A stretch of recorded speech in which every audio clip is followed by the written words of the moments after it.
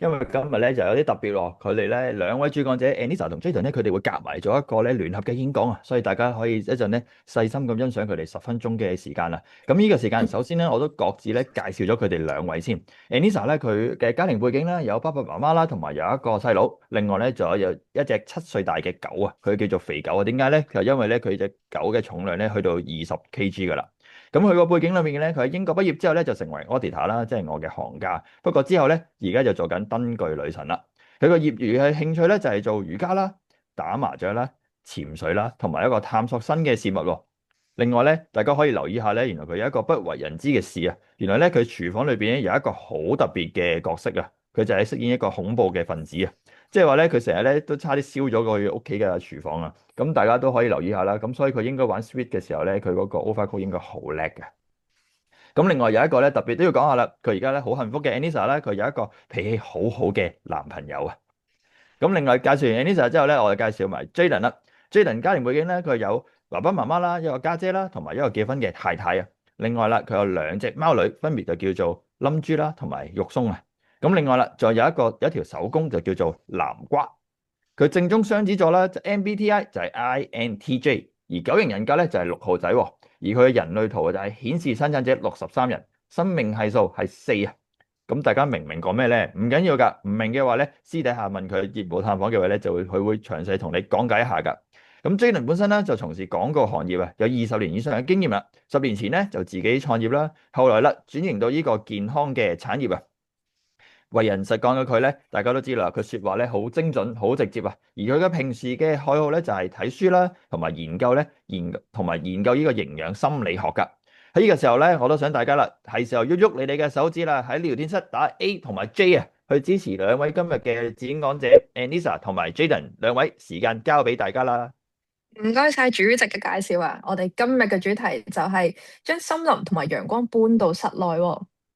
係由我哋香港獨家代理晴空燈聯成全球銷量第一空氣淨化機嘅特別主題分享嚟嘅。根據香港特區政府統計咧，香港人預期壽命咧一直都係名列前茅，同日本、瑞士咧經常都係爭全球第一嘅。有時都會聽啲人講咧話唔想咁長命喎，因為驚老咗好多病痛，所以依家咧健康又長壽咧係一個命題，大家都好關注嘅。點樣長壽得嚟又健康咧？其實可以由日常生活環境開始做起嘅喎。唔知大家咧有冇諗過咧，燈咧都可以幫你長壽健康嘅咧？我哋公司咧喺香港咧做燈咧已經超過20年啦，一直咧我哋都係市場嘅領先者嚟嘅。以前咧我哋會比較 focus 喺傳統嘅照明同埋美學，例如咧我哋咧將歐洲style 嘅燈咧帶咗嚟香港啦。咁但係而家經過23年之後嘅進化咧，今年咧我哋就做咗一個 human centric 嘅 lighting，就係一個以人為本嘅照明，我哋引入咗香港一個咧係可以全面照顧人類生理同埋情感健康嘅燈嚟嘅喎。晴空燈裏面咧，其實內置咗一個智能嘅系統，係可以根據時間咧改變光線嘅。佢咧亦都可以手動咁樣調校唔同嘅 mode 嘅，例如係早上、中午、黃昏，仲有埋星空嘅效果。而家畫面上見到咧就係星空效果啦。其實咧佢同時間咧係有埋照明嘅功能添嘅。而至於點樣對身體健康好咧，買個關子先。而 Atmosphere Sky 呢個品牌咧，其實已經有20年嘅歷史㗎啦，亦都係全球銷量第一嘅空氣淨化機品牌。醫療級嘅空氣淨化機咧，可以提升你嘅健康生活質素嘅，防止細菌病毒交叉感染啦，改善鼻敏感同埋呼吸道嘅負擔啦，提升一啲深度嘅睡眠，解決化學毒素，消除異味，同埋佢時尚設計嘅機身咧，都可以點綴屋企嘅環境嘅。依家咧可以俾條片大家欣賞下先。空氣污染係空氣質素嘅真正威脅。但危害遠遠超出可見範圍，睇唔到嘅污染物都會破壞空氣質素。喺我哋長時間逗留嘅屋企，污染可能比室外嚴重5倍。隆重介紹 Atmosphere Sky 空氣清新機，通過精密嘅3重濾淨過程，包括前置濾網、比 HEPA 更高效能嘅微粒濾網同活性炭氣味濾網，有效去除0.0024微米嘅污染物，效能高達99.99%，幫你打造更乾淨嘅家居。好啦，其實咧，我哋一日有24個鐘頭， 8個鐘頭係工作啦，8個鐘頭係瞓覺，呢16個鐘頭咧係非常黃金嘅16小時嚟嘅。而工作同睡眠之間嘅互相影響咧，有優質睡眠先至可以令到有工作效率啦。相反，瞓得唔好，影響工作，亦都會產生壓力，然後又會瞓得差。所以工作同埋休息之間咧，絕對係需要平衡嘅。透過我哋今日分享咧，就會知道燈光同埋潔淨嘅空氣點樣可以幫到你啦。呢個時候咧，我哋一齊嚟睇下一個舒適嘅家居點樣可以透過燈光同埋潔淨嘅空氣咧，令到你身心全面咁樣休息啦。係Lisa，打風 work from home 咧，仲攰過翻工，個人好似斷咗電咁喎。我想問點解嘅咧？呢個咧就係因為你個大腦失聯啊！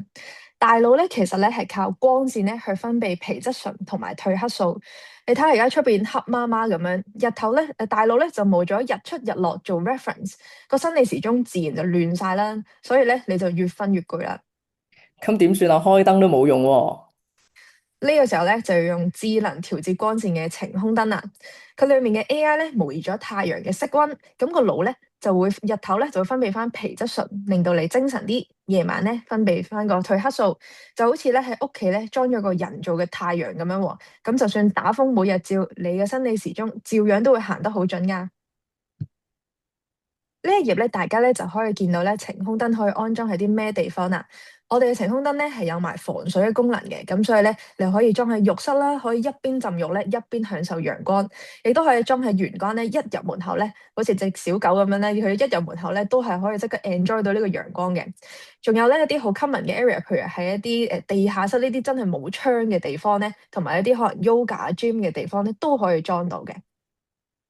Jaden 啊，我咧自己咧就反而覺得咧打風咧啲空氣好似混濁咗喎，唔係應該落雨啲空氣乾淨啲嘅咩？No no no no，打風前咧下沉嘅氣流好似好似一個蓋咁樣咧，會焗住晒一啲污染物嘅。嗰啲毛毛嘅細雨咧，仲會產生好多嘅懸浮粒子。你打乞嗤啊、敏感發作就係因為呢啲嘅隱形兇手咯。哦，咁空氣方面咧可以點樣做咧？嗱，用我哋嘅 FOCS Guide 咧淨化機嘅排程模式，即係講緊日間咧你校 Auto Mode，同啲小動物玩完之後咧，可能一屋都係冇噶嘛，咁個感應器咧就會自動提高個風速啦。到夜晚屋企人煮飯嘅時候咧，我哋有一個特定嘅設定模式，咁佢嘅自動着機咧就會吸走啲油煙味。而我哋有個睡眠模式咧，就係確保你呼吸暢順，減少啲鼻敏感或者一啲睡眠窒息症嘅問題。呢個深層睡眠咧，先至係真係幫你補腦噶噃。明白晒，大腦咧要光，個肺咧就要靚嘅空氣，咁先係高品質嘅 work from home。啱啦，掌控呢個環境咧，我哋先至可以掌控我哋嘅人生嘅。除咗頭先我哋喺家居之外咧，其實喺一啲專業嘅治療工作環境咧，晴空燈同埋我哋嘅 Sky 咧，都可以提升治療嘅效果同埋效能噶喎。呢條片咧就係一個診症室啦，唔知大家咧有咩感覺咧？係咪同你平時去開嗰啲差唔多樣咧？